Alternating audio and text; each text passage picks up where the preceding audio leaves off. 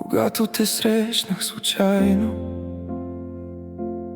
не осъзнавах, че съдбата ще ми поднесе седемте кръга на ада, опаковани в сладост и надежда.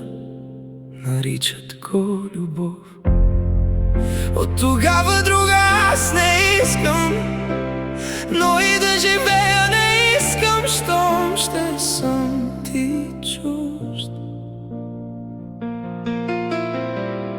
Живота се оказа доста суров, щом трябва всеки ден да се моля за теб, любов.